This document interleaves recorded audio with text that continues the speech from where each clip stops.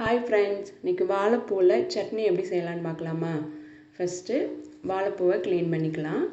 வாழைப்பூவில் அந்த நரம்பையும் பிளாஸ்டிக் இதழையும் தூர எடுத்துக்கணும். இது வேகாது, நம்மளுக்கு சாப்பிட்டாலும் செரிக்காது, அதனால் இதை ரிமூவ் பண்ணிக்கணும். இப்போது ஒரு வடைச்சட்டியை அடுப்பில் வச்சு க்ளீன் பண்ணி வச்சுருக்கிற வாழைப்பூவை ஃப்ரை பண்ணி எடுத்துக்கிறேன். அதே வடைச்சட்டியில் எண்ணெய் சேர்த்துட்டு கடலைப்பருப்பு, பூண்டு, வரமிளகாய், கட் பண்ணி வச்சுருக்கிற பெரிய வெங்காயம் 1 சேர்த்துக்கிறேன். இதோட பொடி பொடியாக நறுக்கி வச்சுருக்கிற தேங்காய் சேர்த்துக்கிறேன். ஒரு தக்காளி சேர்த்துக்கிறேன்.